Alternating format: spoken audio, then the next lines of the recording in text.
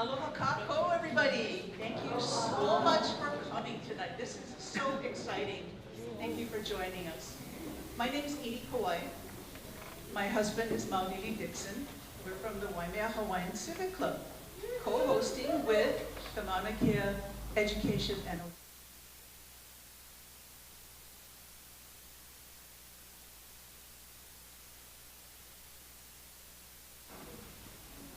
we're grateful to a number of people and organizations that have helped us to be here tonight, standing here in front of you to welcome all of you and making sure that you all are able to participate and get some information out of this and share.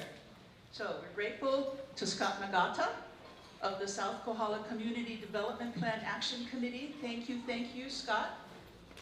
Wherever you are, I know you're here. He helped us to organize this event.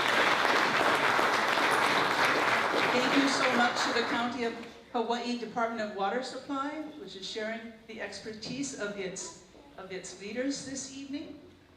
We also are grateful to the Richard Smart Foundation for supporting the Waimea Hawaiian Civic Club Water Summit, and this is the first of several programs on the subject of water in Waimea.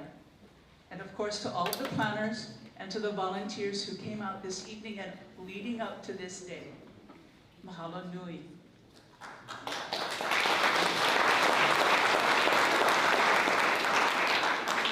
We know that Waimea is a special place. It's an ancestral place for many of us.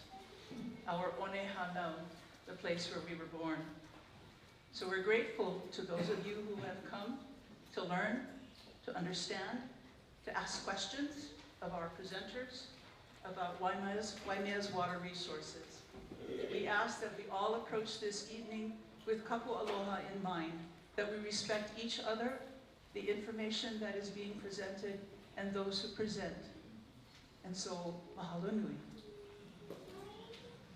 Our objective tonight, and through a battery of different workshops that we'll be having maybe once a month, is to learn more about our water systems, especially here in South Kohala and North Kohala, and so that we can make better choices and that we can improve our water situation and our ability to be self-sufficient.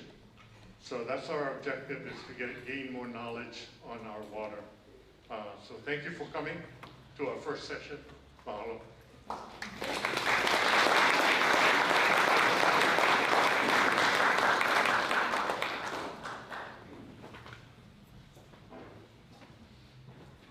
Aloha. My name is Scott Nagata. I'm with the South Kohala Community Development Plan Action Committee. We do have our staff here with us, and really appreciate all their support and willingness to let me kind of go here, go my own path here, and help out as much as I can with the community. So a few months ago we had a community meeting, one of our board meetings here, and a lot of the community showed up for it, and we're basically we're finding more and more concerned about the water resources for the area. So along with the Waimea Hawaiian Civic Club, we've kind of partnered up here, and we want to be able to help the community understand the water resources. And we really appreciate all of you coming today. And we appreciate the Department of Water Supply also, who graciously are here and willing to share their the information about the company. But I appreciate everybody here. Thank you very much.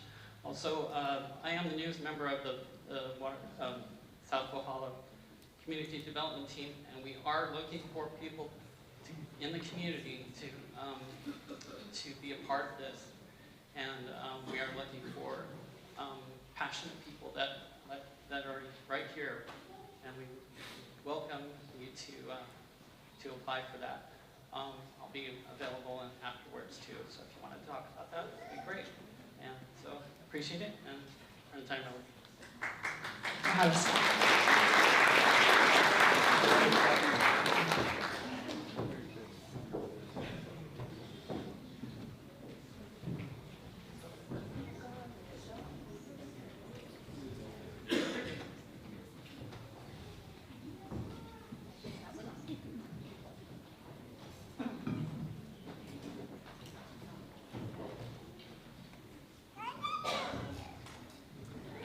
Elina me ke aloha e nā kupa ai, nā mahi, nā paniolo, nā kamaʻaina hoʻi. E mālama maikai ana I nei aina aloha nui ia o Waimea. Ke ahanui a kākou. O wau o Mahina Paishon, e koku ana wau I kēia kuka kamilio ana, ma ke alakai ana I kēia halawai. Again, welcome to all of you. Thank you so much for making time after a busy day in the middle of a week, in between like athletics, sports, taking care of all your kuleana at home and dinner and so forth. My name is Mahina Paishon. I'm a proud member of Waimea Hawaiian Civic Club, and I'm here as a volunteer facilitator this evening to support all of you, all of us. And so, just a little bit of housekeeping, you folks. This is part of your community, your hale, because I come to you from O'oma, North Kona, do not reside in Waimea, but have so much affection for the people of this place. You truly are the kipu'upu'u, resilient, resolute, kupa'a, in many, many, many ways. And so thank you for continuing to be a beacon of light for all of Hawaii.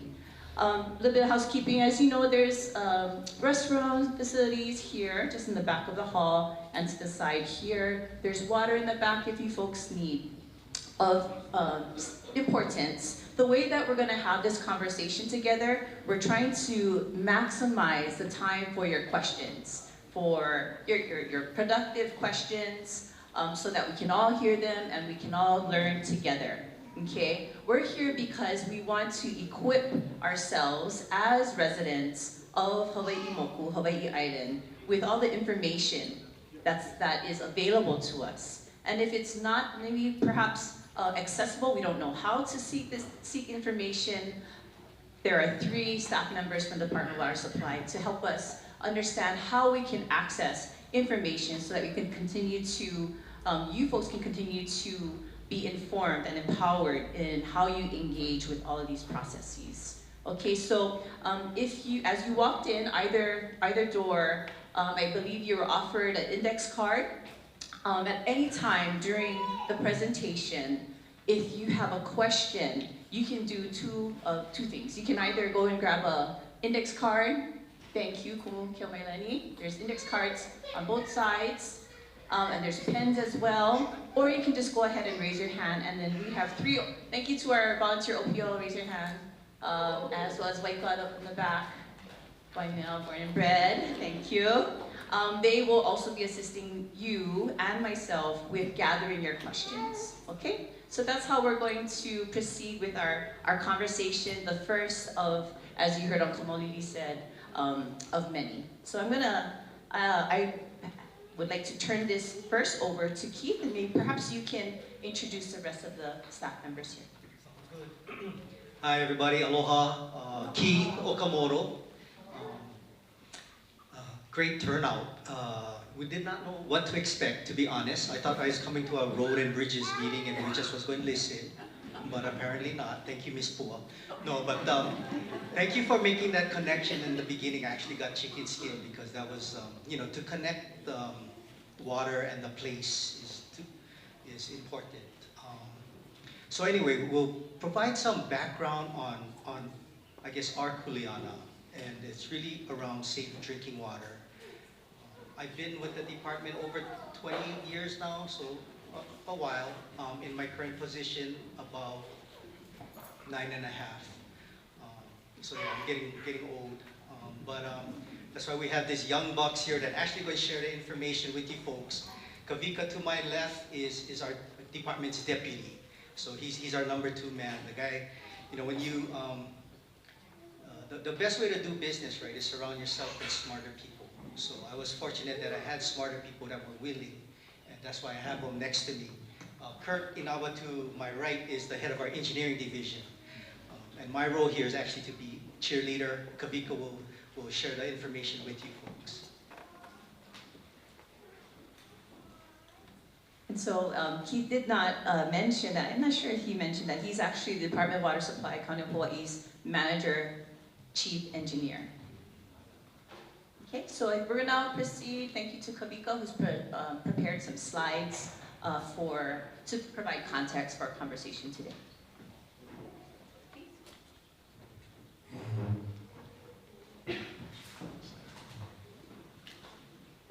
Okay, good evening. Thank you, everybody. And again, thank you to the Waimea Hawaiian Civic Club, Chelsea and others for inviting us. We're extremely happy to be here and to be able to provide a little bit about our department, our purpose, our mission, and then open it up for some Q&A afterwards.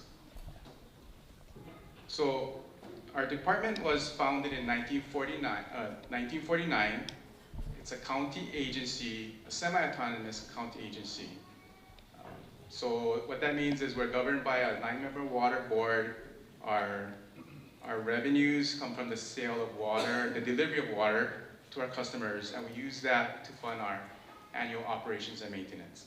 So at our department, our mission statement, to provide customers with an adequate and continuous supply of safe drinking water in a financially responsible manner and comply with all relevant standards and facilitate development of water in areas not currently served. So basically, in a nutshell, what that means is if you're a customer,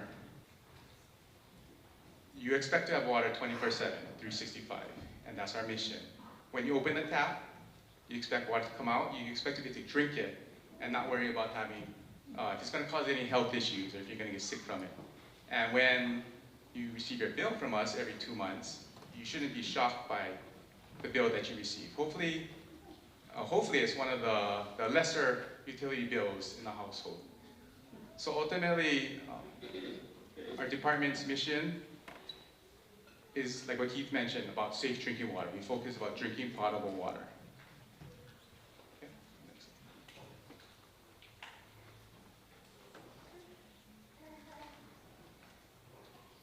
Okay, so this is the map of our Hawaii Island. Our department manages and operates 23 public water systems. So each of these water systems are governed by, we have 2 governing bodies, the State of Hawaii Department of Health, Safe Drinking Water Branch, and also the State of Hawaii Commission on Water Resource Management. Each of these public water systems have to comply with the regulations that they impose, or they're regulated and passed down to us. So across our island, we service approximately 45,000 accounts. So this is customer accounts, and that equates to an approximate population of about 120,000 persons served. So a little bit more than half the island's population. So across our island, our department has 4 base yards, Hilo, Waimea, Kona, and then one in Waihinu, Na'alehu.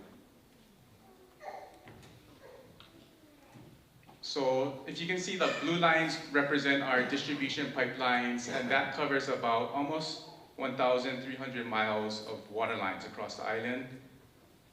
In addition to having approximately 75 water sources across the island and about 190 water tanks or water reservoirs that the department operates and maintains. Okay, so this is a little bit closer focus on our South Kohala water system.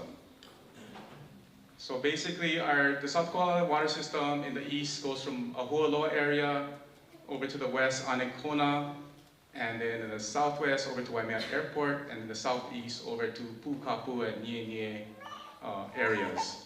So that is our distribution system for what we call our South Kohala Waimea water system.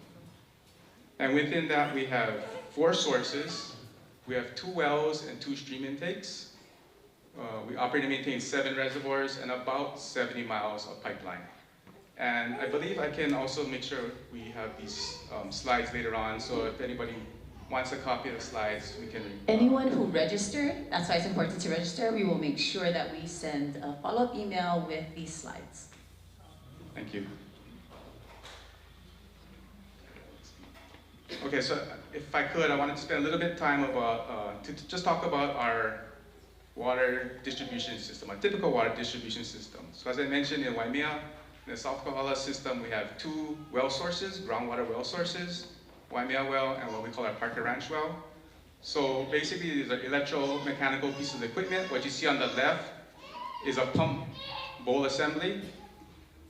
So each of those bowls, and these are all specifically designed to lift water up from where it is at sea level, well not sea level, well groundwater level up to the surface. So these bowls are designed to lift that, and below it, typically, you can kind of see a white top of the motor on the bottom left, but there's a submersible motor, this electrical piece of equipment motor that pushes the water, spins the bowls and pushes the water up to the surface. Next slide. Sorry, maybe if I can go back to that slide. Sorry, I just wanted to also point out that we've learned that these pieces of equipment, the pumps and motors, typically, I mean, it takes a while for them to be built, so we're trying to be better at standardization of our equipment. So in other words, what we design or what we put into like a Waimea well could also maybe possibly be used other places, other wells on the island, which we're focused on and we are doing now, so that we have this interchangeability of equipment that can be used in more than just one source. And that helps us and helps the community in that it shortens typically a lead time. Typically, well, these pieces of equipment are made on the mainland, so it takes a while for it to get here. So having that interchangeability benefits the community by shortening lead times, and standardizing also helps to a little bit lessen the cost. So it's benefits to our the communities that we serve. Okay, so in Waimea, we also have 2 stream intakes, one off of the Waikoloa stream and the other off of Kohakohao. Okay, and the next slide. So those stream intakes pipe water over to our raw water reservoirs. We have 3 raw water reservoirs above Waimea town. Each of the reservoirs can hold up to 50 million gallons of raw water. This picture is Waikoloa number 2 reservoir. This is the one, oh sorry, that's the one that's a circular shape. They're all 3 different shapes, but that's the circle one. Okay, and then as we take the stream water from these reservoirs, they go to our Waimea Water Treatment Plant, which this, we call it our membrane processing building, was completed in 2018, approximately about a little bit under $12 million, but basically we used to have a conventional surface water treatment plant. So this upgrade was to convert it to a membrane filtration treatment plant. So basically the water from the reservoirs comes into the headworks of this building, or next slide you'll see it. The headworks of this, it goes through a coagulation, flocculation process. Basically we're adding coagulant to the water, which clumps with any organics in the water. And then the organics, the bigger materials are able to settle. They go through strainers. And then as the water then goes into our submerged membranes, which is inside this building. So basically these, I forget the exact millimeter, but it's down to the nanometers, I think, of pores that the raw water is then sucked through, and we get finished water that comes out of that. That finished water then goes into chlorine contactor pipe, which adds additional disinfection to the water. And from there, the water is, we have some corrosion control treatment, and the water is then picked into our clear well. If you go to the next slide. So on the bottom of the screen is a picture of our clear well. And so basically that's the water storage, about 4 million gallons of water storage, treated water that is available for the community's use.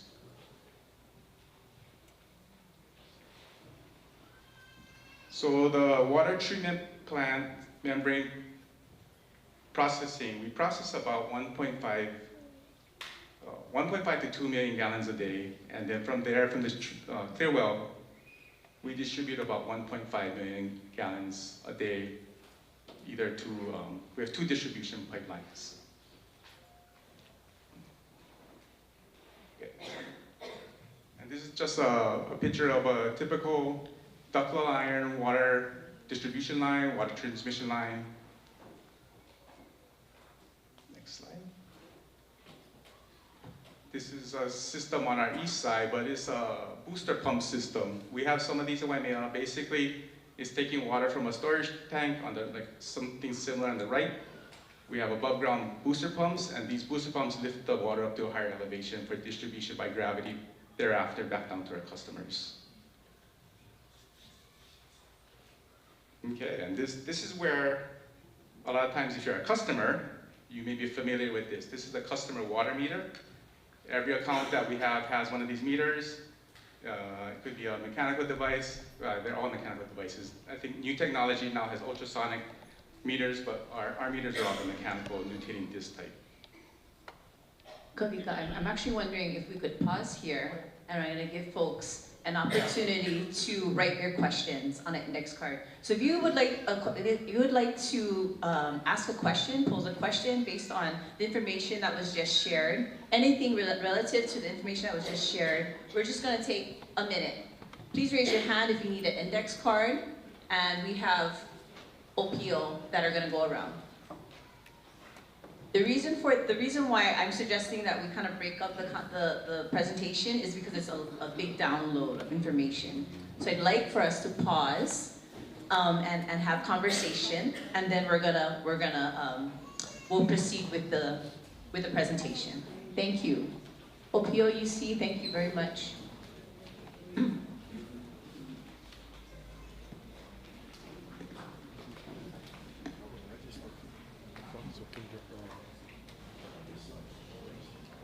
Okay, here is this is an important question. I'm not sure who would like to take this one. Here's a question, kind of trying to understand the delineation of responsibilities between Department of Water Supply and the Water Commission. Can you please explain the difference between the responsibilities of the Water Commission versus the responsibility of the Department of Water Supply?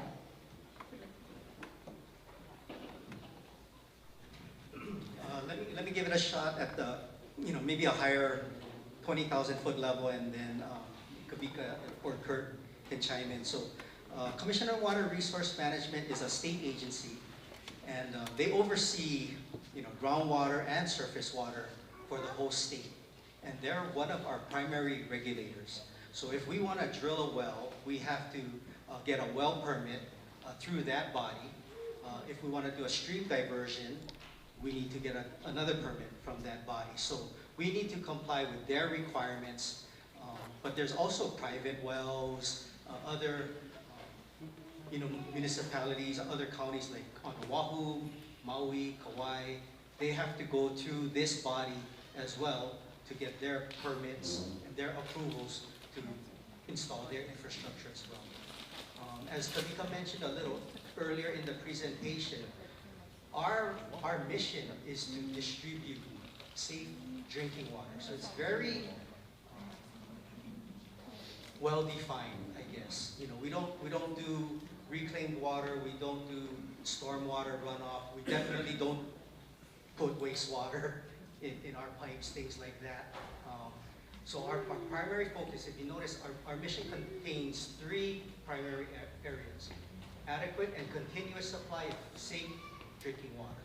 So safe drinking water is our primary concern, so that you know that the water that comes out of your tap, if you're our customer, you can drink it, cook with it, bathe in it, and not worry about any health impacts. That's top priority. Now, adequate and continuous, like Kavika mentioned, if you're a customer, we want to make sure the water keeps flowing out of your tap 24/7. It doesn't always happen. We have main breaks, we have outages and things like that, but we try to minimize that as much as possible. And then the third component is financially responsible manner. So again, like Kavika mentioned, hopefully our water bill is still cheaper than your cell bill, your gasoline bill, your grocery bill, other bills that you typically pay, probably on a monthly basis, whereas we would still bill you on every 2 months. So that's our main mission. I cannot get too much into all the responsibilities of Seaworm because that's a whole nother body that I don't want to misspeak on their behalf. But anyway. Thank you, Keith. We have one more, kind of a general outline question regarding division of responsibilities. Here it is. How does the Department of Water Supply, County of Hawaii, work with the Division of Forestry and Wildlife to ensure the health of our forests, free flow of water sources, and to assure adequate water supply for Waimea residents? So how does, again, Department of Water Supply and Division of Forestry and Wildlife work together? Thank you. Yeah, I'll take a shot at answering this question. So our department is a county department. Department of Forestry and Wildlife, DOFA, is a state agency. However, we do work with their personnel, and also wanted to mention that our department currently is an associate partner of the Kohala Watershed Partnership, and so we try to support them. We're not a landowner, but we do have a vested interest in the health of the Kohala Mountain watershed, and so that's why we're very happy to support, be a part of whatever the partnership is doing or wants to do, because we feel the Kohala Watershed Partnership is a perfect group that can bring together all the landowners in Waimea, Kohala Mountains, which includes DOFA, right? The state has lands up there too. And to coordinate what is being done up in the watersheds to ensure that the health of the forest is kept intact, is improved, is maintained and improved for the benefit of our community and basically for generations to come, right? We know that all of us, our systems, other water systems in the area depend on the watershed. So yeah, we're all for working with DOFA and other groups in the Kohala Watershed Partnership, and we will continue to do that. Mahalo, Kapil. We have 2 more questions and then we're going to ask that you proceed with the presentation. Mahalo. Okay, so this is regarding treatment. So can we please go to the slides with that information? Thank you, Kaniela. So the question is, one of the questions is the chlorine treatment chlorine, CHLORINE, or chlorine? Oh. Yeah, that's a good question. It's either, yeah. is the chlorine treatment chlorine or chloramines? That's a very good question, yes. Because that's a very, so what I was mentioning was, as the water comes out of our membrane processing plant, it goes into a chlorine contactor pipe, which we use for disinfection. Again, one of our main regulators is the State Department of Health, Safe Drinking Water Branch, and they have strict requirements on surface water treatment. And contact time is one of the primary, well, contact time is the primary to get the disinfection. And then the chloramination process comes in when the chlorine is mixed with ammonia. So we use chloramines because our distribution network is pretty extensive. So in order to maintain a low chlorine residual in the extents of our distribution system, we use this chloramines, chloramination. Because again, once the water gets into our distribution system, another requirement from the health department and EPA is to make sure there's no bacteria in the systems as you get farther out. So that's why we use chloramines, because it stays it disinfects longer in the water and there's residual. I'll do a follow-up question. Is there any risk to public health or human health? From the chloramines, yeah. No. And, but we always have to make sure that it's at a acceptable level. And again, the chloramines are kept in the system, so we also do not have any other potential bacteriological issues. It's there to help keep the residual low in the water lines. Yeah, and just to add, so I'm guessing whoever asked that question is technically knowledgeable enough to know what there's a difference. So, you know, with the surface water and the biologicals that's associated with surface water, another component that is regulated by the Department of Health is disinfection byproducts. So that can happen if you just use chlorine. So that's another thing we also have to test for. But if you want to talk specifics and technical, we'll hang around after too. So you know, we can talk story later too. Thank you. Okay, final set of questions regarding to treatment. Well, first is a comment. Thank you for making water affordable. There's a shout out to you folks. And then here's the question. Does the Department of Water Supply test for microplastic and nanoplastic pollution? First question. No.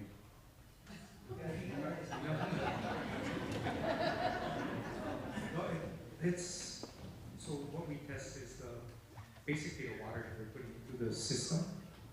And guessing the pollution side may be something like in the stream, upstream, or maybe in what gets to the ocean, or maybe downstream of where we actually take our water from. So we don't do testing for that. There are, I guess, other chemicals, a whole gamut of chemicals that we got to test for. And there's also, you might have heard of the so-called forever chemicals that may be leaching from some of the plastics that we are getting into, and the requirements for testing for those are up and coming. So we have started on, but that will come from the Department of Health also, the requirement. Thank you for clarifying that Department of Health regulates those standards. They set the standards and then it's a regulatory body, is that correct? Actually, EPA, nationally, so of course, EPA sets the national standards that apply to every water system across the nation, and our local state Department of Health administers their rules and maybe even stricter rules. They kind of get looser, but they can get stricter than the federal rules. So I'm imagining, this is a very active community. I'm imagining a question that might come to mind is if community wanted to put forth, to Department of Water Supply to assess for microplastics and so forth. What is the process for doing that? And hello, Council Member Eustace, thank you for being here. What is the process for introducing a policy or standard? I'll try to take that one, but that's a tough one. We understand that there's concerns over various potential contaminants within the water system, but again, thank you for this opportunity because hopefully we can share some information that get you folks better informed. But like the treatment plant that Kavika talks about, the pore sizes of those membranes are so fine that these microplastics would be filtered out. It filters out bacteria, other real small contaminants. So microplastics definitely filtered out. Our wells are extracting, pumping water out of the ground. So all that geology before it, from the rain, the runoff goes through the ground, hundreds of feet before it gets to the groundwater source. And all that is a filter in itself. So we won't find microplastics or those types of contaminants in our wells. But the components that DOH and EPA make us test for are maybe components that may have come from plastics or other, like Kurt said, forever chemicals, including pharmaceuticals, things like that. And some of those actually do not get filtered by the ground. And so EPA is every so many years, they're adding contaminants to the list of things we need to test and monitor for. Okay. Next question. Are the reservoirs here in Waimea lined with plastic? And if so, why is that so? So the answer is yes, they are lined. The reservoirs? Yeah, they are lined by it's a high density polyethylene material. And the reason? Oh, sorry. So there's the Waikolo Reservoir number 2, which was repaired after the 2006 earthquake, was lined with the hypalon material. And the reason for it is that we needed to keep the reservoir waterproof, watertight basically, right? Part of the dangers of having a reservoir is to have the ground saturated. So to keep the water in the reservoir, the lining material was used. With the earthquake, what happened was, it used to be just a concrete liner, but the earthquake had done severe damage basically to the concrete itself, and it was not necessarily it wasn't feasible basically to go ahead and try and replace all the concrete panels.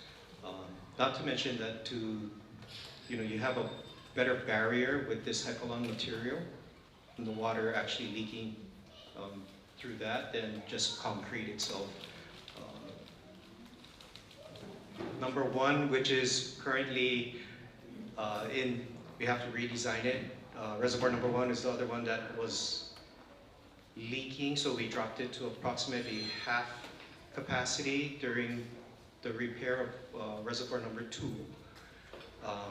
Is going to be lined with a high poly, well, we don't really know yet, we do, sorry. That is a high density polyethylene material, which is similar. It is a, I guess, plastic material, but yeah, it's similar to the hypalon material. Both of them will come with a 30-year warranty, so it's a pretty resilient material. And it's the same, the concrete liner for number 1 was severely compromised. Waikolo Reservoir number 3 was inspected, and there's no physical damage to that particular reservoir, the concrete liner. So that one is just concrete.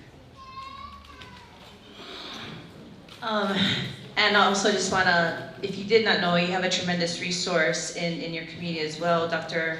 Kamana Maikalani Beamer, who served on the Commission of Water Resources, CWRM. I believe he is also chair. And so you also have another resource here. Okay, so we proceed to the next part of the final parts of your presentation. So we're gonna go to priorities. Sure. Actually, I just also wanted to make a mention of our overall department. That one slide that showed the whole island and the 4 base yards that we have. So our department, we have about 151 employees, department-wide. Here in Waimea, our district, we have about 25 employees. So some of them you may know, you may have interacted with them, and we appreciate them every day because 24/7 they're the ones out there in the field and the office making sure things go as we want, as planned, to deliver our mission to you, our customers. Okay, what's the priorities? Okay, I think we were asked to kind of highlight some of our priorities for our department and for the South Ohana water system.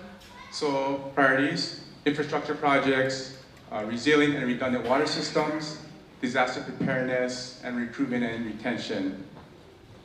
Infrastructure projects, we kind of talked about Waikolo number 1 reservoir. So yes, that is definitely one of our highest priorities. We have to get that reservoir back in service, but basically what it is now is we did have the repairs designed, and Kirk can help me as I get into this, but we had it designed per the standards at the time. We had it bid out, openly bid out. We awarded it to a contractor, and when the contractor started, they actually started some of the work. The existing field conditions differed to what was on versus what was on the plans that what the contractor had bid on. So it was mutually agreed that that contract was terminated, so to allow the department to redo the design. And now we're working through that process with the state, right? State DLNR Engineering Division, I think, the Dam Safety Division, to make sure the design and the plans are, again, designed to the current standards, which, from what I understand, recently was changed, updated too. So we're working through that now, and our anticipated timeframe for that is designed to be done by the end of this year, with bidding thereafter. And then once, typically in our, these type of projects, because we're a government agency, we have to put it out for a competitive bid. Once that's solicited out there, bidders can submit their bids, and once there's an bid opening and the bid is awarded to a low bid contractor, then we typically have a notice to proceed. And then from that point, we're looking at probably about a 15 month construction duration for that project. But again, that project is one of our highest priorities. Again, we talked about how it provides us additional raw water capacity, and then also processing ability through our treatment plant. So disaster preparedness and resilient redundant water systems, I think, kind of go hand in hand. Disaster preparedness, island-wide, all of our systems, we're always talking to our operations divisions about planning, making sure we have contingency plans, backups. For Waimea, for South Ohana, we know there's drought conditions seasonally. Recently now with Hawaiian Electric's public safety power shutoff scenarios, we're also planning for that. And any type of seismic activity, which we know our island has. So a little bit about those. Those help us to become more resilient and redundant for our community. So as we prepare for possible droughts, we are working with USGS to install stream monitors, flow monitors on Waikoloa and Kohakau streams. So that'll help us, trend water levels in the streams. And then also for drought preparedness is also making sure the Waimea well and our Parker Ranch well are up and operational if needed, if we can't use our surface water treatment plant. And then preparing for the Hawaiian Electric's, if there ever is a potential public safety power shutoff, we are also working on backup generators, electrical transfer switches, which allow us, in case the utility were to go down for an extended period, we would have that emergency generator capability to power our treatment plant or hopefully one of our wells. And then recruitment and retention. I think you might hear that a lot from government agencies. We are constantly working on recruiting and retaining our employees to service ultimately all of our customers, all of you who depend on our service each and every day. Okay, last slide. Community engagement. So just a couple of things we wanted to mention. The department recently decided to start a podcast. Now, this is not typical of a government agency, but I think with Keith's leadership that we decided we need to engage the community. We need to get ourselves out there more. This is not my norm, as some of you can probably tell. I'm an engineer by education, so I'm trying to get out of the shell, right? Okay. But we started a podcast. We had a couple episodes. They're airing on the Leo's channel 54, Tuesday nights at 6 p.m. And it's entitled Who, What, Where, When, Why podcast. So basically it's like a DWS 101, who we are, what we do, what we're about, and stuff like that. So yeah, check us out, Naleo, channel 54, Tuesday nights, 6 p.m. And then water conservation, again. Yes, water, we're a water utility.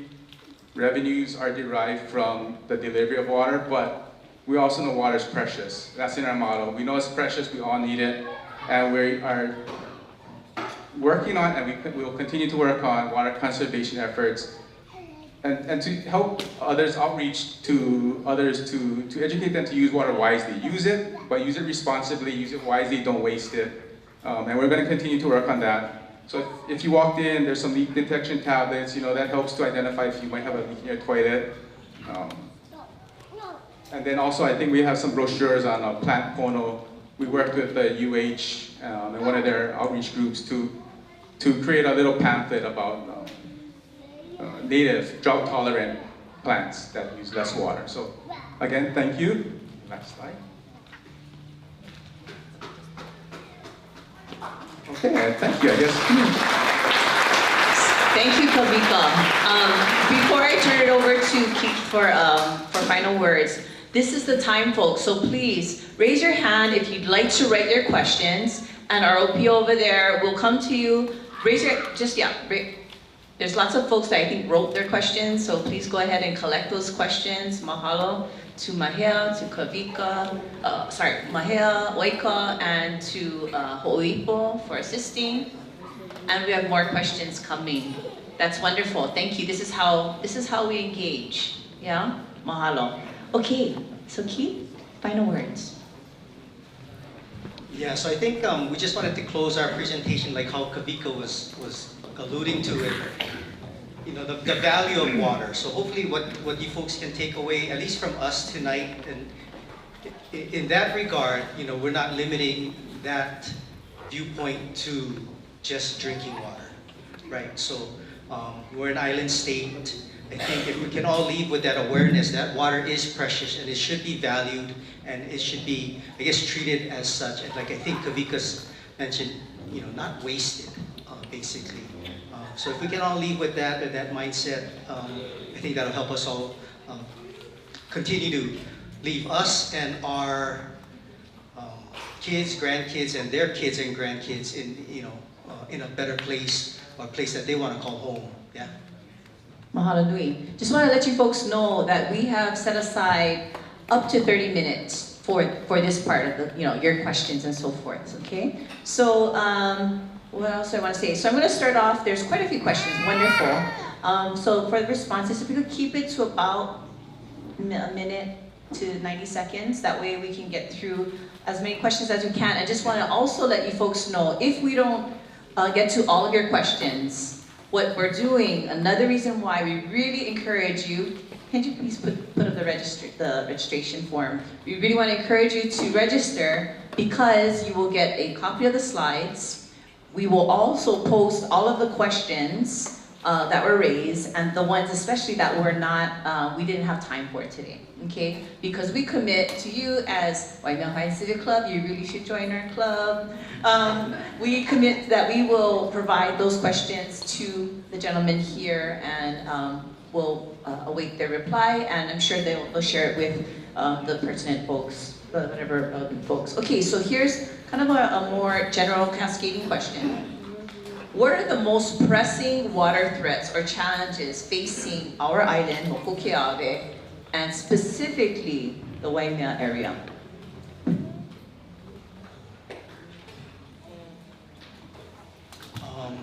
I'll start, and so that's a big question.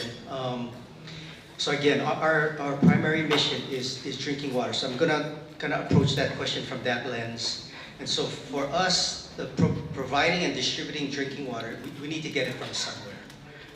And as you heard, we get it from 2 stream sources and 2 wells in Waimea.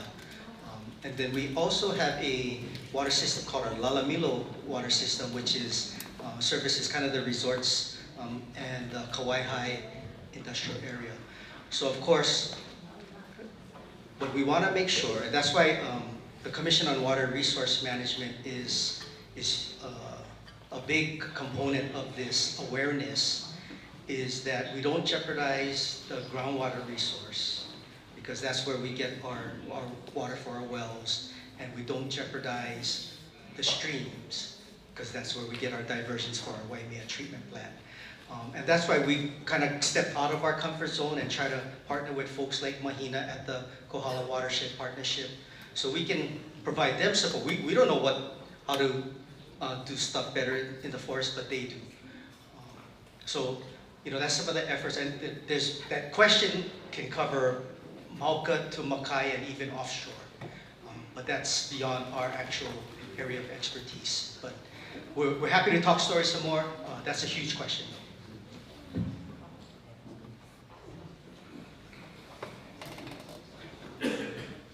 I guess I just want to add on to that is our mission of providing safe drinking water in a financially responsible manner. I think that's one of our goals too, is to make sure water rates are reasonable and fair. So that has to be managed with what the needs are and how we get to that. How do we fund those needs. So that's always going to be a challenge, I think, but that's part of our mission to do that.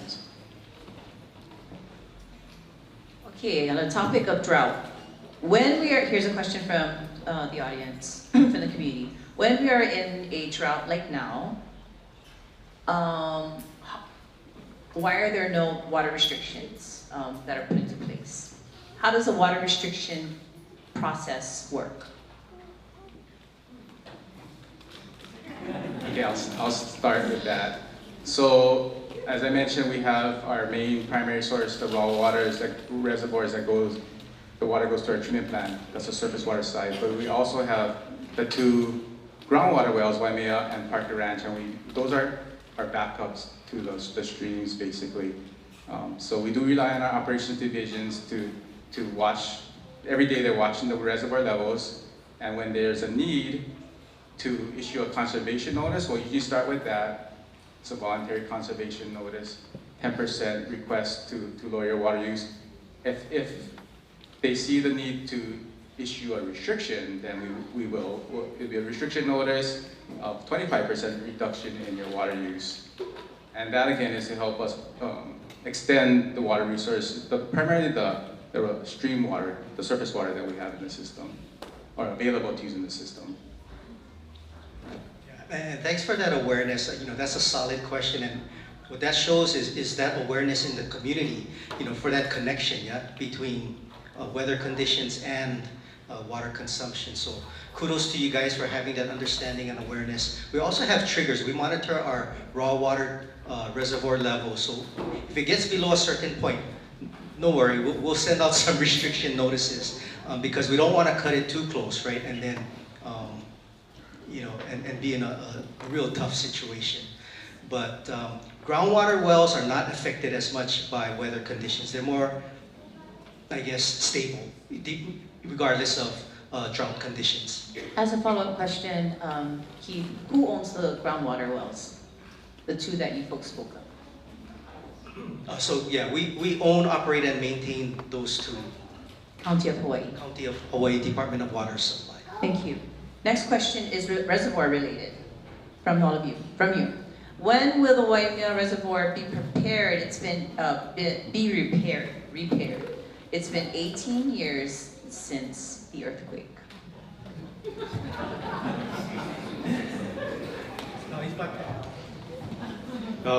Yeah, so I think I mentioned earlier, so Waikoloa Reservoir number 1 is the one still not repaired. It was in use up until the end of 2011, when Waikoloa Reservoir number 2 was completed. The repair of Reservoir number 2 was completed. And then we took that out of use. So from about 2012, basically, that reservoir has been out of commission. And as Kavika mentioned, when we were in actual construction for repairs, the conditions of the concrete panels had actually changed so much that it would have been the proposal we got from the contractor was basically more than the actual contract itself to address the difference in the conditions from when we first drained it and did the design to have it repaired to the time that they actually got out there and did construction on it. Okay, so anyways, it's currently, again, scheduled, well, hopefully we can get it done by the end of this year and get it out to bid and start construction next year. And yeah, he was joking when I slapped him. But yeah, we're frustrated as well. But just some additional background.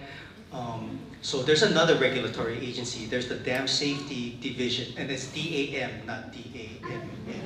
The Dam Safety Division of DLNR that regulates reservoirs or dams because they don't want a repeat of Kauai, right? If you recall that catastrophic Fluger, correct? Yeah.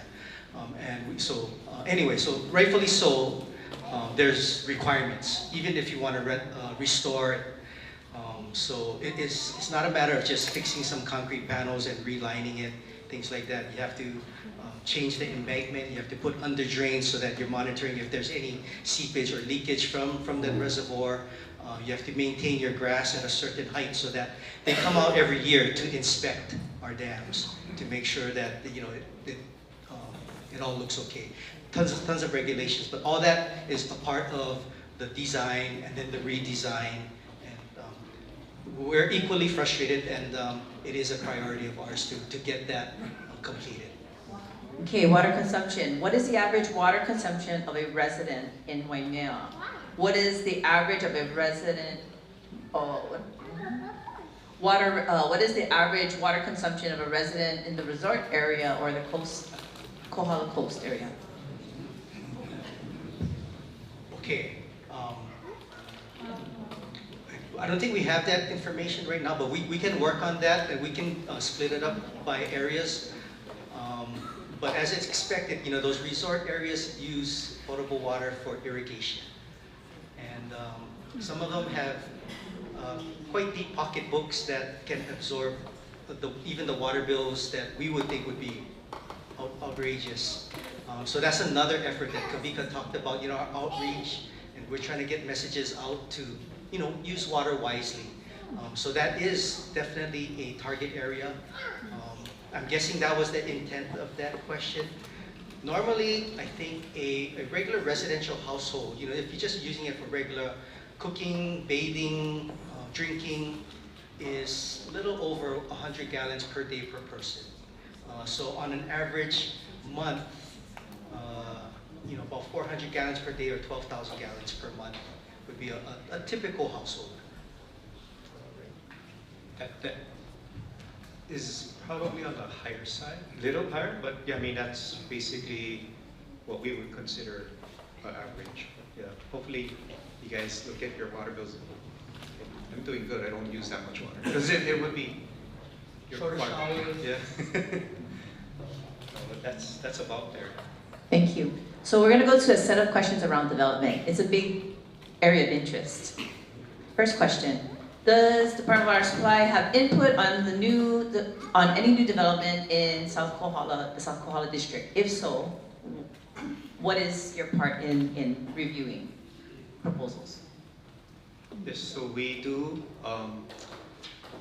the developments that would, South Kohala is a large district too, but anyway, we do have any developments that would be drawing water or needing water from our water system. We would address that by our water availability guidelines. Basically, assuming that you see a larger development, they may need to do larger improvements to be able to service their project, which may include even providing an additional source. But we do look at it. There's also like Waikolo Village, which is a private water company. It's a public water system, but it's not owned and operated by County of Hawaii. So to clarify, if I got it correct, yeah, can you please put your mic up? Okay, Thank sorry. you. Thank you.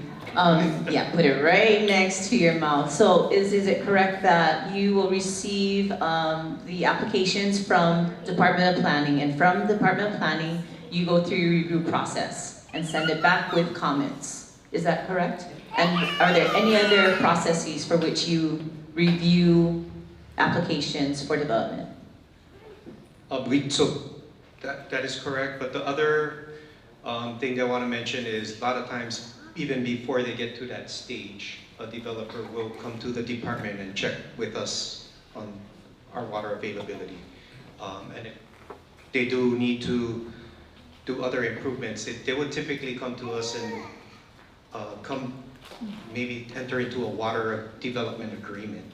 So that would, what their responsibilities would be to build additional infrastructure and how much water they could get to supply their development. Thank you for clarifying. So if there were council members here in this room, and if there was interest in informing or providing recommendations for new community benefit packages and to influence that process when developers come in, maybe perhaps that would be something that the community might be interested in. General plan update. You folks will hear more about that as well, where you folks can add your mana'o. Okay, next question. Subdivision development. Related, related to this question that you folks just answered. At what point in the approval for a subdivision does Department of Water Supply work with the planning department to ascertain if there is sufficient water for said development? So when the applicant, the subdivider, submits their subdivision application, the department would receive, the planning department basically distributes that to all the agencies for review and comment. So basically at that time, we're made aware, and we would typically respond. I think they would have to provide the preliminary plat map. And we would review that to see how many lots are being created and see whether or not our water system can support that or not. Next question. Do we have enough water here on this island to supply all the quote-unquote new plans for development within the South Kohala area? And if so, how is that determined? Repeat the question. That's a question maybe I don't have the information for. Okay, come back to it. Regarding all of, I'm not quite sure what all of the new developments really are. So, yeah. Okay, I will notate that. So the question was, do we have enough water supply here on this island to supply the new development that's being targeted or targeted in South Kohala? So I'll notate for a follow-up. Okay, next question. Have you figured out gallons per day per home in relation to new development versus water supply development? So taking a look at, water infrastructure, right? Water supply, water infrastructure, and is it keeping up in pace with development proposals and new development? Let me take a stab at this. So we don't have any crystal ball, magic crystal ball that can forecast who's going to develop where. So we have to wait for whoever it is that wants to develop to submit their application to planning, and hopefully that's where Scott and his group and the CDP have kind of established a framework for how things and where things get done. That's not our kuleana. So when that comes to us, we'll review it against our water system. And typically, our 23 water systems have some excess capacity, but sometimes not enough. If somebody wants to make a huge development in one area, in a concentrated area, our pipeline size, the tank servicing that area may not be sufficient to support that development. And that's the kind of comments we'll provide back to planning. And they're the actual decision makers whether to recommend approval or not. At the different planning commissions, meetings, and whatnot. So our role is just comparing what the needs for that potential development are compared to what our infrastructure have capacity for. Yeah, thank you for trying to kind of depict the maze, a very complicated process.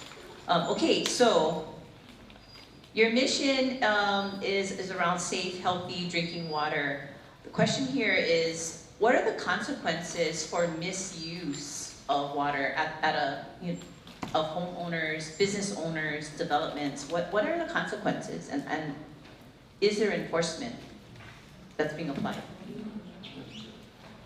I'll tackle that one. That's on me. So the consequences. As you know, typically government entities, and like what Kavika mentioned, it's a balance between providing the product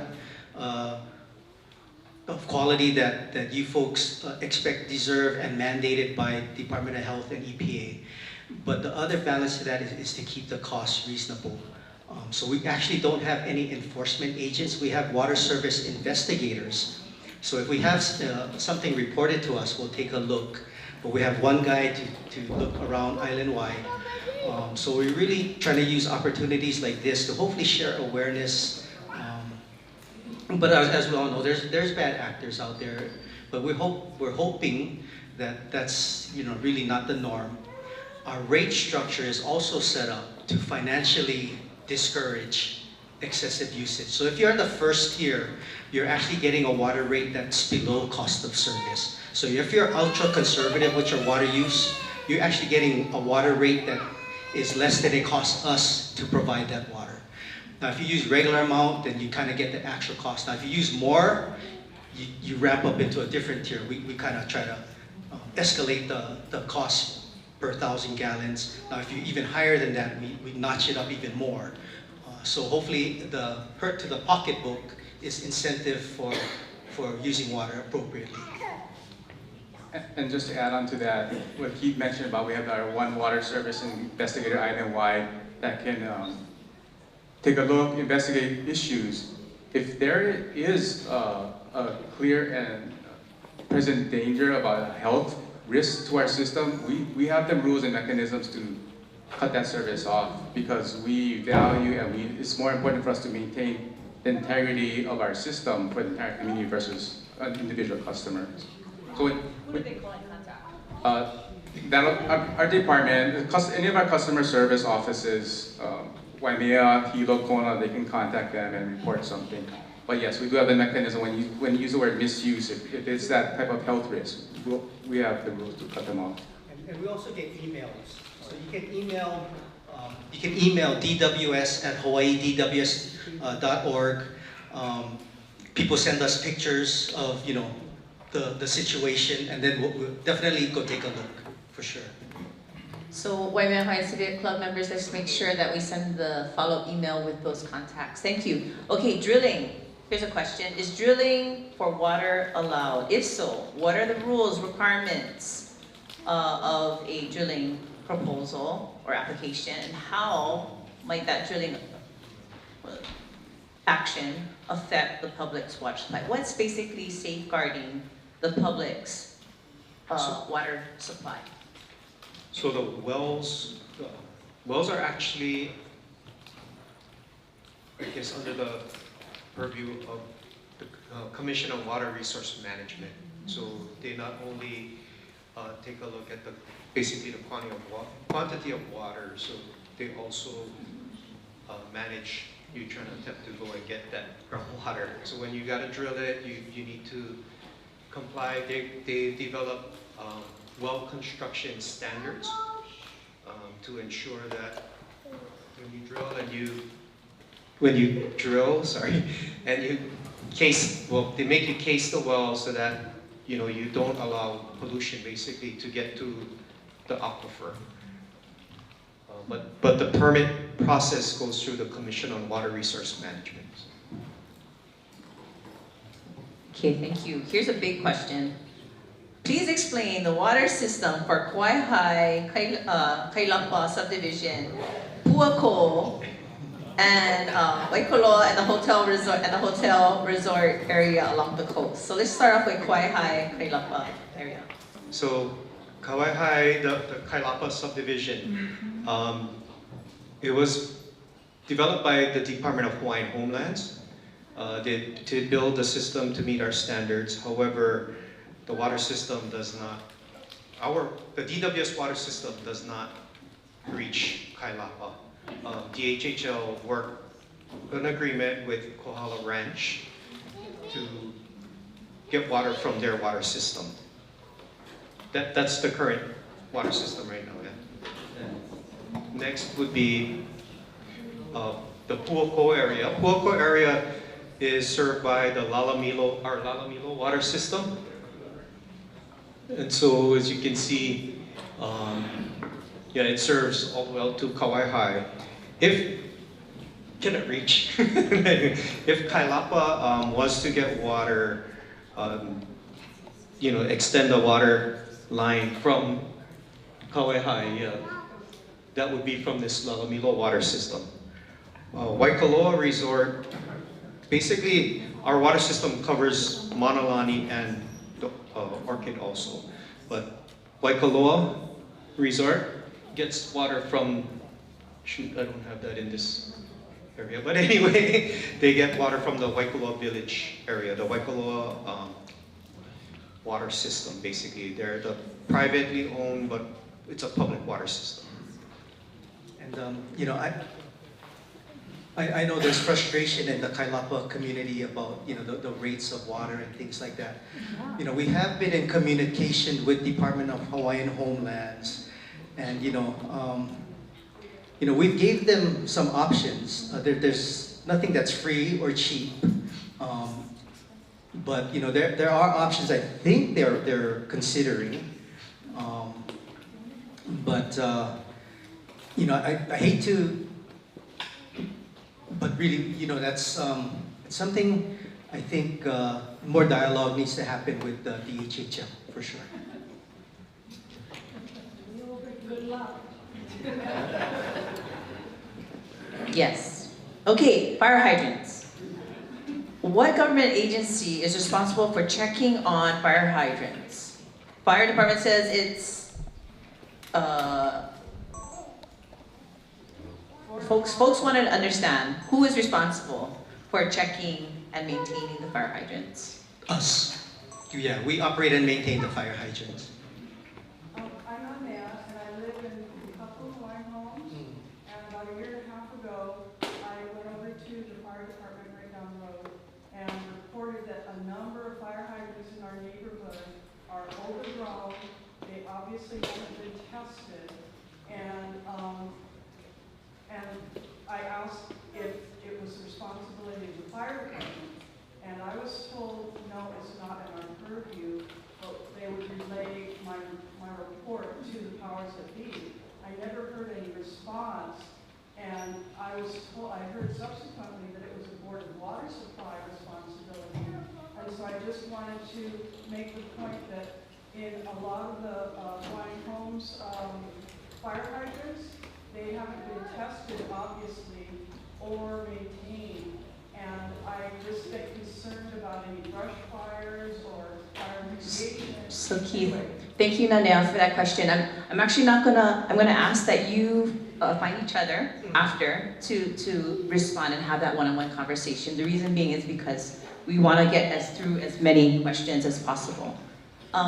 Okay, so Nanea and Keith, please get together. Okay, so here's another big question. How do we establish water regulations that is related to population growth and development? So basically, this question wants to know how do we make decisions based on existing and new development based on water capacity? How do we effectuate that? So basically, the developments that we do address, we look at our existing water system capacity. You know, if the proposed developments again exceed what we consider our water availability, then we again would have to have them address that, so as the developer would be responsible then to say maybe add another source to the water system. We also keep track, of course, of the resource itself. So, you know, in an area where we might say we have concerns, we'll bring that to light. But that would be more of, again, under the Commission on Water Resource Management that sets those numbers. But for then maybe just getting back down to what is our water availability, we take a look at, again, our existing system capacity, meaning basically what we are currently pumping and what our pumping capacity really is, and know that not everybody will be coming in tomorrow to the planning department and applying for, you know, a 50-lot subdivision or whatever it may be. But we do keep track. We have when we get the applications from the planning department, we have what's called a water commitment that they need to establish. And we have records for the water commitments to see, you know, how much water is being reserved for these proposed developments. And we make adjustments as we see needed, right? So anyway. Yeah, and to add on to that, so Kurt's kind of going more into the details of the water availability, but if we zoom out back to like a little bit bigger picture, we mentioned the Commission on Water Resource Management. One of the other things that's required in the water codes, the Hawaii Water Code, is the Hawaii Water Plan. And where our department fits into that is updating our water use and development plan, which is across the whole island, and then we go down by aquifer sectors. And Waimea is going to be one that we also are going to relook at. And basically this water use and development plan, it looks at a long-term projection on growth of that area and what the possible water needs of that area might be in the future, and then how a department or water municipality would meet those water needs. So that is something we are working on, and I'm glad we're having this conversation now, because in the future we probably will want to use Waimea Hawaiian Civic Club as a way to come out and engage again, because we need to hear, through that process, we want to engage community as we develop our water use and development plan. Yeah, so it's a real important question and real valid question. And again, we don't hold all the cards. So we're one stakeholder in that whole big picture. So we distribute water to our customers, but there's other private water systems like Waikoloa Water. There's some resorts that go kind of take care of their own separate non-potable water systems, but are still extracting from the aquifer, right? We don't have that information, but the Commission on Water Resource Management, through their requirements, one of them is everybody who has a well is supposed to report their pumpage. So, the Water Use and Development Plan, we try to consolidate all that information through whatever means we have to access that information and try to project the future and compare that to the sustainable yield of the aquifer system that's associated with it. That's exciting, because it sounds like there is an opportunity for community to engage in this planning process. About what is it going to be taking place in 2025 or in 2026? So I don't want to punt, but I think there's some work that still needs to be done on the Commission on Water Resource Management level, because they're talking about possible changes to their framework. I see. So no sense we spend money on updating a water use and development plan when some of the primary basis for us to conduct that plan may be changing, if that makes sense. Yes, thank you. We have time just for about 3 more questions, and then as I said, all the questions that were not responded to, we are going to provide into an email and ask for your kokua with getting some responses that will be publicly available. So pipeline, are there plans to update the pipeline from Waimea to Ahualoa, Hamakua side, Honoka'a side, sorry. And the pipeline along Kahana Drive in Ahualoa? It's identified. It's not in our current 5-year CIP. We have a laundry list of CIP projects, but it is identified in our water master plan, and there even more so, there's smaller branches of lines that really need to be replaced first. We have several side roads that are served by like 2-inch pipelines. Along Kahana Drive, I know we have a 6-inch main, so it is adequate to supply that area there, but coming down some of those roads, and it's a significant length and serves significant amount of customers, we have really small pipes that would be higher on the priority list, basically. Thank you. Here's another specific question. Are there plans to develop water resources so the present water moratorium restricting new water meter below Waiaka Bridge can be lifted? When will the moratorium be lifted? So, below Waiaka Bridge, I think what we may have is not necessarily a moratorium. I'm not issuing any water meters, but we have limited that to the first service for what we would consider pre-existing lot of record, or basically to build your first residence, and we want to try and supply that. Adding additional water meters is what we're trying to not trying to, but is what we're not allowing at the time. It's not necessarily a water resource issue. It is more of a distribution capacity issue. The storage tanks and the pipelines are really, the transmission line actually going down to that area is a little small, so we are having pressure problems already in certain locations from the system. So adding more consumption off of that is only going to increase those problems. Yeah. Okay, monitoring streams, we have promised just a couple more. Thank you everyone for your awesome questions. We really appreciate your engagement. What is the Department of Water Supply's monitoring process of Waikoloa and, I cannot read that, Kohakohau streams? What data is collected? Is that data public? Is that data available to the public? Yeah, we're currently working with the, it's actually USGS that is going to be monitoring that. I'm not too sure on what data is available and how, I believe it would be public. They want to do it online, like they do have some actual online, live online stream gauges, and they're working right now. We've actually signed an agreement for them to install those stream gauges, and I believe it'll be live and available online. In situ real-time monitoring. Yeah, real-time monitoring, yeah. Very cool. Okay. Next question, ag water related. Who is responsible for ag water? Who is responsible for ag water? So generally, there's an ag water system in Waimea that the Department of Ag, State Department of Ag is, I believe, responsible for. Somebody here may be better suited to it.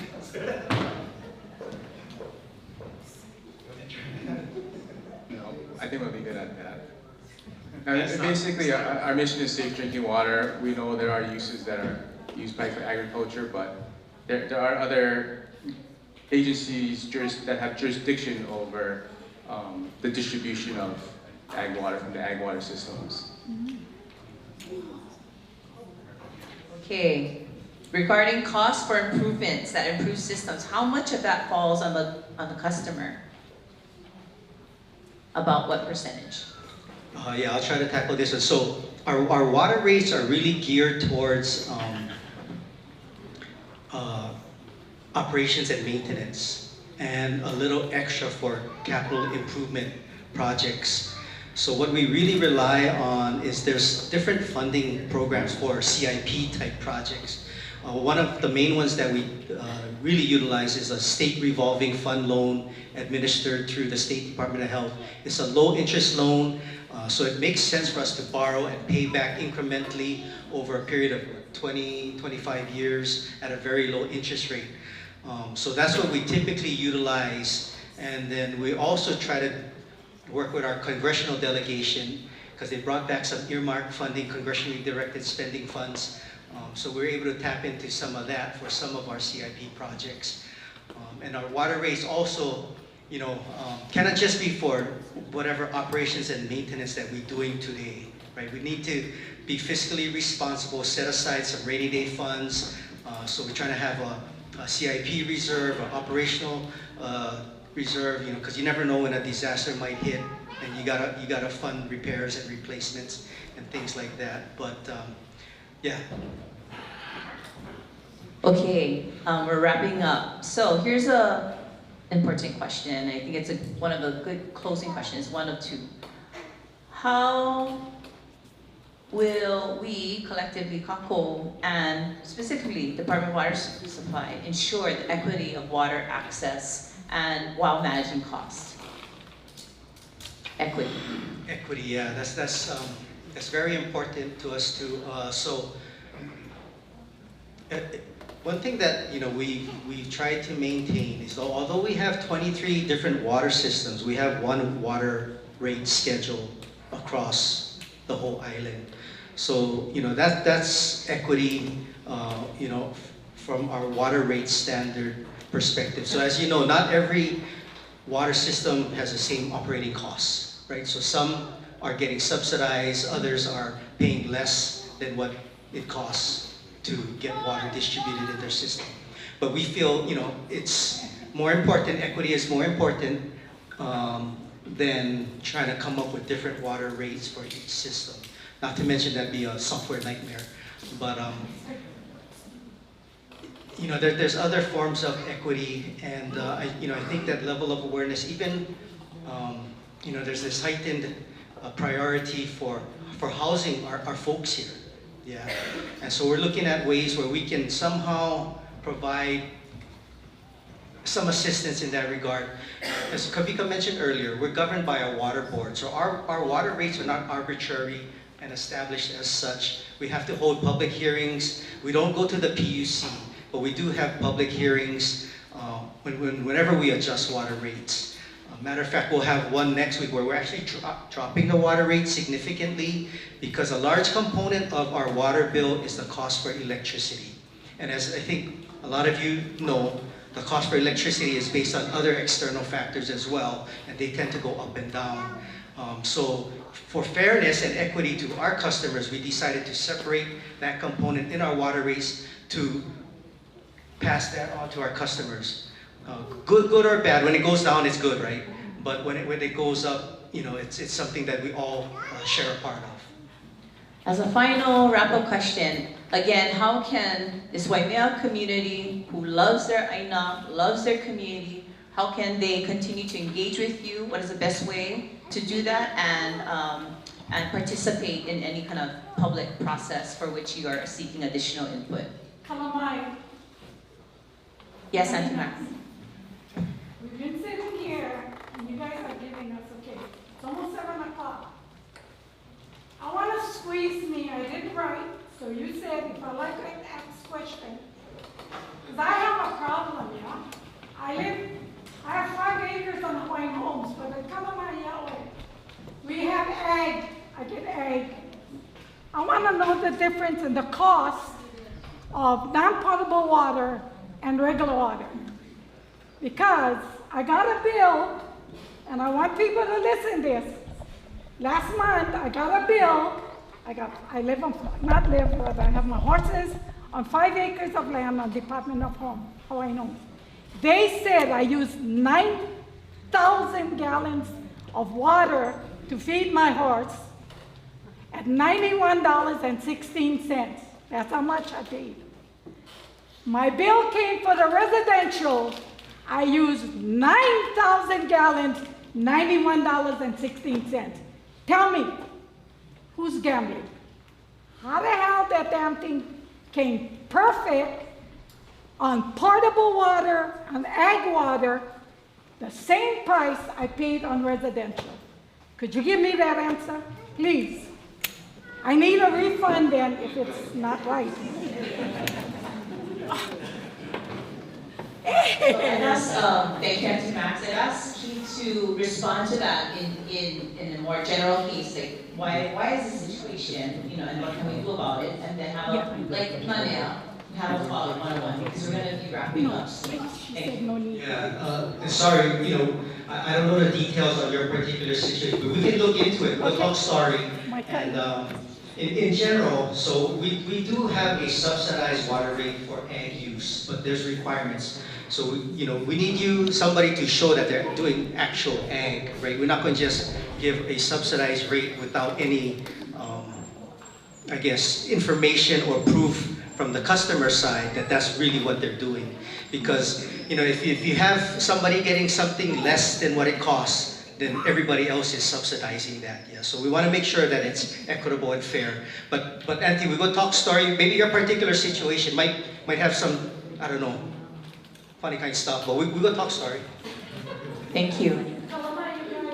No, mahalo. Actually, this is I have a request of all of you, but the first request is if you can please join me in thanking our guest speakers for making the time to drive over here to Kurt, to Keith, and Kavika.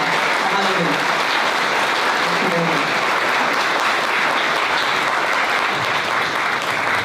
Okay, so I think we have about 5 minutes. So I want to do this kind of live polling action No need to use your smartphone, just use your hand, or your two hands, or your shakai. You can use your feet too. Okay, as a show of hands, everyone in this room, you can participate. Keiki to kupuna. If Waimea Hawaiian Civic Club were, would you want to attend and participate in another talk story around Wai and Waimea's water resources? If so, please raise your hand. So that's the majority of the room. Thank you very much. Okay, so here's the fun part. I need one of the OPL to help me. Thank you, my awesome Haumana, former Haumana. What's happening now? We want to ask you folks, real time. We're just going to pass the mic around. Mahalo, like they give them to the younger one. So, if there are topics that you would like us to organize around, pertinent related to Vai, Waimea's Vai, what might that be? Just go ahead and raise your hand and we'll bring the mic over and just say who you are, and what aina you live, and what's the topic. And thank you to my Waimea Hawaiian Civic Club members for helping me to take note on all of these ideas. Aloha, Navahine Kahopi, I live in Pu'ukapu, Homes. I would be interested to know more about how the Department of Water Supply informed the general plan, because that's coming up and that's a huge thing. And then the thing with the planning department too, I wonder why the Department of Water Supply is not present during the planning meetings and planning hearings. I think that's really important, since the INA is, the VI is just as critical as the INA, so that would be my interest. Awesome topic, thank you. General plan update, and I think we have staff members from Department of Planning here. There's going to be some updates there. Okay, we have another topic area over here. Let's bring the mic. Mahalo. Opai ko inoa, opai ko aina. And what's the topic? Sahava Knolls, Lalamilo, home lots. I'd like to know more about the Commission on Water Resource Management and how they impact local water use and systems, and how they collect information, and who those people are who are managing that body. Wonderful, mahalo. What else? Okay, in the back over there.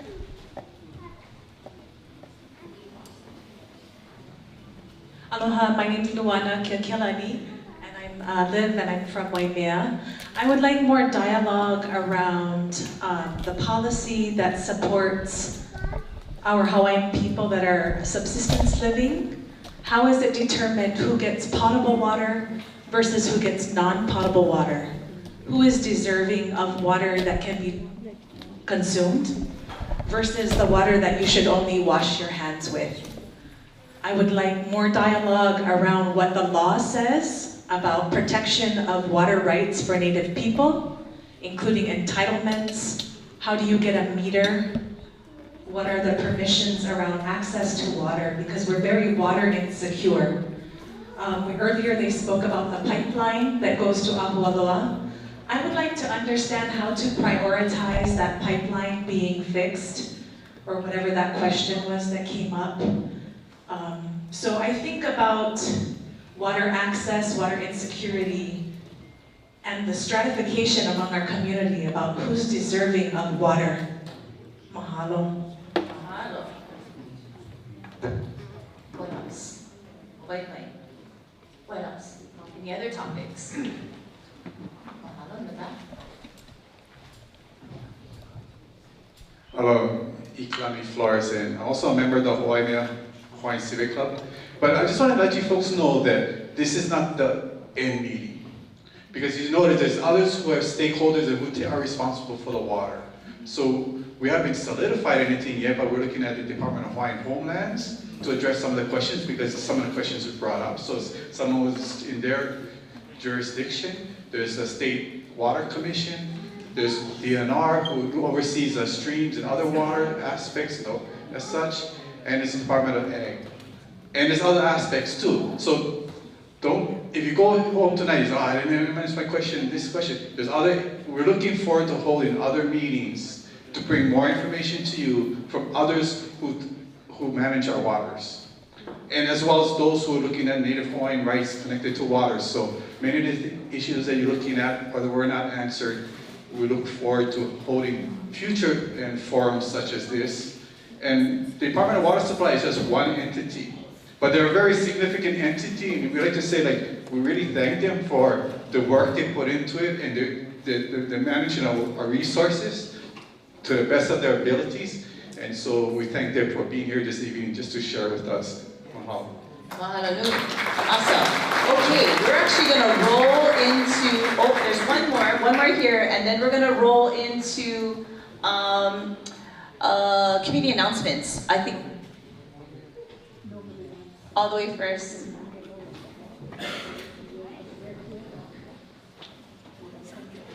Hello, my name is Victor Fergerstrom. I live in Waimea, right along the highway. And I had an inquiry about service of water to establish TMKs or lots already established. And I went to the Department of Water Supply in Waimea to get some kind of lead or inquiry in regards to service to those lots. And I've been waiting for about 4 months now, and I was told that the issue or the subject matter was referred to the engineering department, and I never yet got an answer as to what's the feasibility of service to these 3 lots. Okay, mahalo. Okay, so now we're gonna actually, Mayor, can I have Chelsea please take this person's, thank you, her topic, because we're gonna roll into community announcements, okay? So if you have community announcements, we're gonna ask that you keep it under 30 seconds, so that would be awesome if you could keep it to 20. If you have important announcements that you'd like the rest of the community to learn about.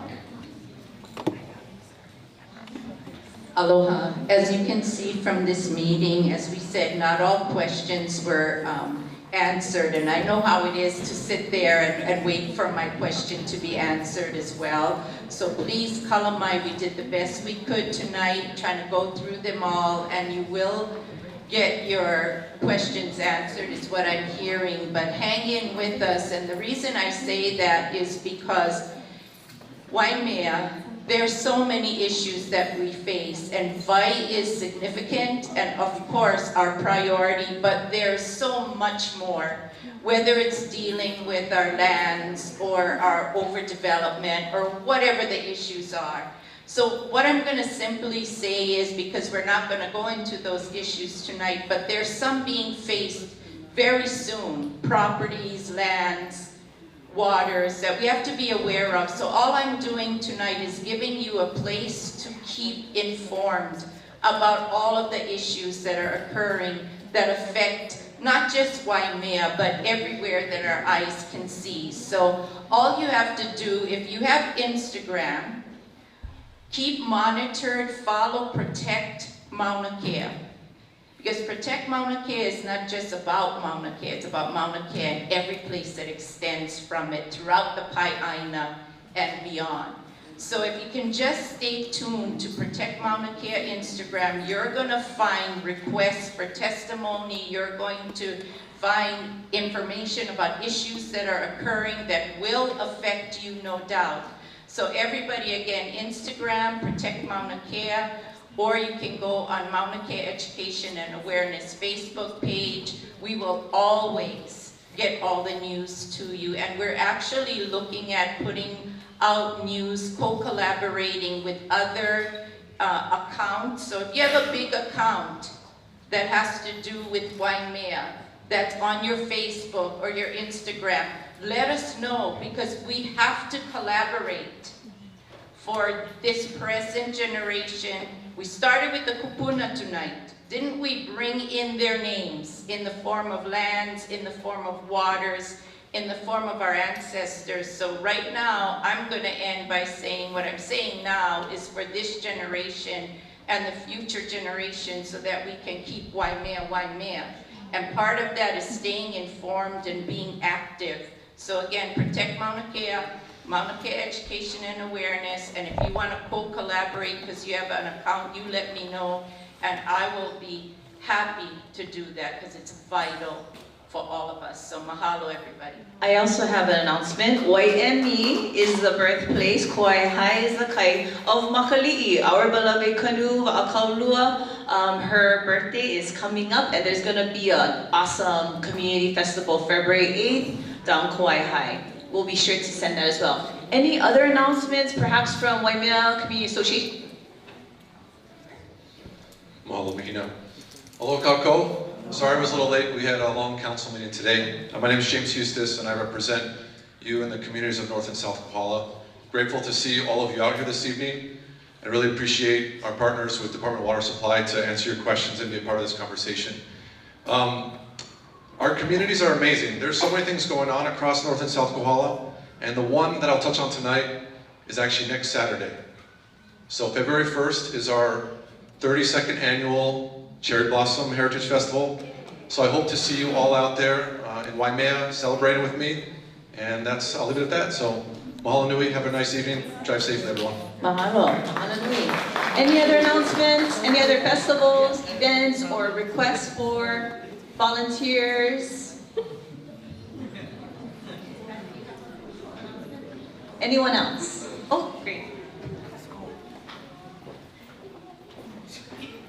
There's the Waikoloa Dry Forest Festival, which is happening, Wili Festival, which is also on the 8th of February, and then the Girl Hawaiian Festival, which is happening down in South Kona on the 22nd of February. Yeah.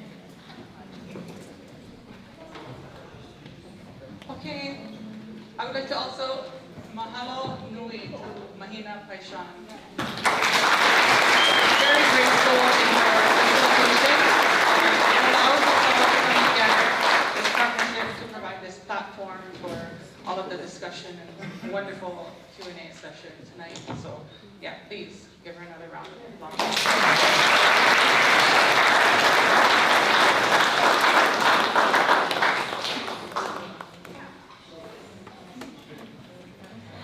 There were 13 questions that were not responded to today. There might be a few more. Just letting everybody know transparently, there were 13 questions that were on index cards that we did not have time for. So it's going to be emailed to everyone and also to our new friends at the Department of Water Supply. And we've asked Uncle Maulili Dixon and Auntie Edie Koei to please close our meeting this evening. There may have been more than 13 because we had quite a few that were duplicates. So there were quite a few left in the bucket or in the basket. But mahalo for all of you. This is why we're here, is because your interest in water, your interest in the community, sustainship of this community and this area of that we used to call our breadbasket. We want to be able to call that our breadbasket again. We want to be able to be a supportive community of the rest of the island should we have a disaster or should they need kokua. So that's what we're looking at.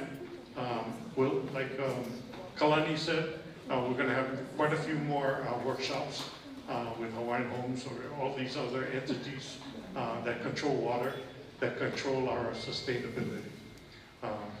But we want to thank you all for attending tonight, and thank you for staying.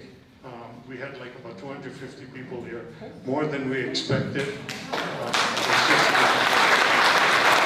That's because you guys are concerned about water, and you should be. Mahalo. You know, I wanted to thank all of the Opio who are running around in here. Mahalo. Mahalani. I'm sure there are others that joined in the fun. Could you please provide your names and telephone numbers so that we can thank you? And email and call in. Well, the word volunteer comes to mind. Mahalo nui to all of you. Go home safe and come back next time. And in addition, we'd also like to mahalo, of course, Mauna Kea Education and Awareness for co-presenting this opportunity with Waimea Hawaiian Civic Club.